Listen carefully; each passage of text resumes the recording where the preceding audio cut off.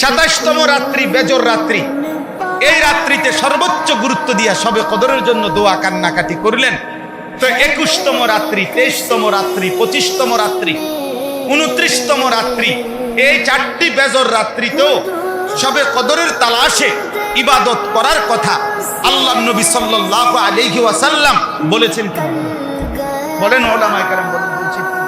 তো নবীজি সাল্লাল্লাহু আলাইহি সাল্লাম একটি হাদিসেও তো ফিক্সড করে 27তম রাত্রিকে চূড়ান্ত করে নাই। তিনি তো বলছেন বেজর রাত্রিগুলোতে কি করতে, শেষ দশকের। তাইলে 21, 23, 25, 27, 29 পাঁচটাই সম্ভাবনা সমান সমান।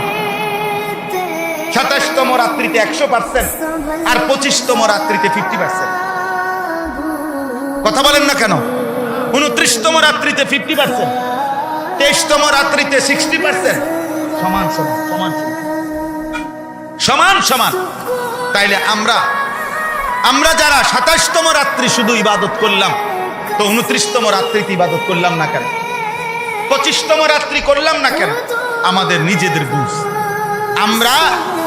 আমাদের সিদ্ধান্ত হলো এরকম যে আল্লাহ এবং নবী যা দিছে হুজুর এটি দেন, আমারতে দেন, দিয়া এবার আমার যে দূর যেমনি সুবিধা হয় আমি এটি করুন।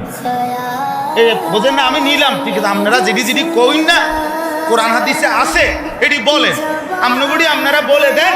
এবার বাবুরে আমার যেটা যেমনে ভাল লাগে এটা আমি পরে সেটিং করব।